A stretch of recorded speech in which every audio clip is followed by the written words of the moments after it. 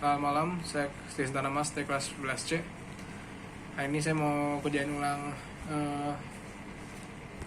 apa namanya tugas pajak saya.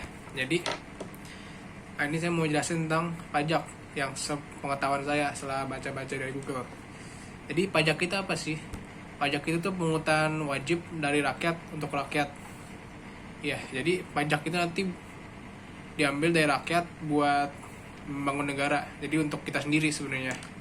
Nah, kira-kira garis besar pajak kayak gitulah.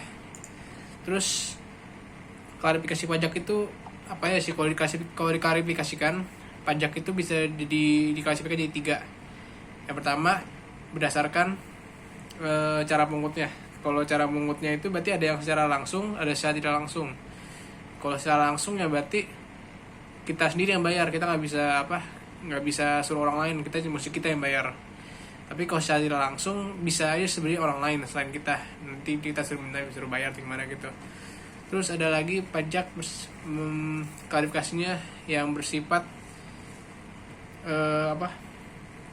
berdasarkan sifatnya, misalkan.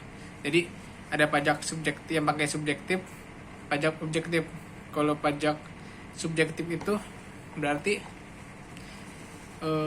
berpangkal pada subjeknya. Kalau pajak objektif berarti berpangkal pada objeknya. Ya, jujur saya kurang ngerti maksudnya apa, tapi ya gitulah ya kira.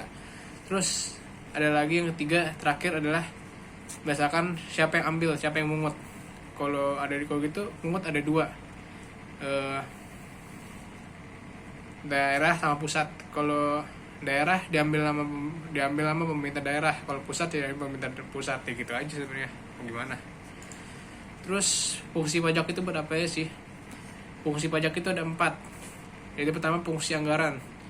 Fungsi anggaran berarti kita kan kalau misalkan mau buat sekolah, buat negara mau buat sekolah, negara mau buat rumah sakit, mau buat apa aja yang umum gitu, misalkan kan mereka nggak ada uangnya nggak ada kan, jadi mereka ambil dari pajak buat kita bikin gitu-gituan lah. Terus fungsi mengatur, setahu saya mengatur itu berarti buat misalkan buat mengatur perekonomian Indonesia lah, saya kira. Ya mungkin kalau gimana kurang tahu juga sebenarnya. Terus fungsi stabilitas, berarti untuk stabilitasin perekonomian kita juga. Dan lagi terakhir, fungsi redistribusi pendapatan. Kan kalau kita misalkan bayar pajaknya dipakai buat buka sekolah, dipakai buat buka rumah sakit, kan nanti kan bakal butuh bisa buka lapangan kerja situ dong, butuh guru, butuh cleaning service gitu segala. Jadi itu. Terus